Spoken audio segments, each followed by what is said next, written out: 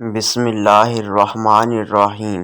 صحیح بخاری حدیث نمبر 45 میں حضرت عمر رضی اللہ تعالی عنہ سے ایک یہودی نے کہا، اے امیر المومنین، تمہاری کتاب قرآن میں ایک آیت ہے جسے تم پڑھتے ہو، اگر وہ ہم یہودیوں پر نازل ہوتی تو ہم اس کے نزول کے دن کو یوم عید بنا لیتے۔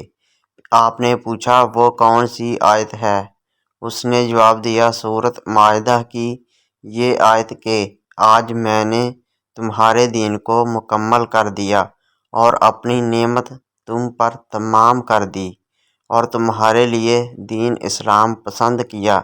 حضرت عمر رضی اللہ تعالی عنہ نے فرمایا کہ ہم اس دن اور اس مقام کو خوب جانتے ہیں جب یہ آیت رسول اللہ صلی اللہ علیہ وآلہ وسلم پر نازل ہوئی۔ اس وقت آپ صلی اللہ علیہ وآلہ وسلم عرفات میں جمعہ کے دن کھڑے ہوئے تھے۔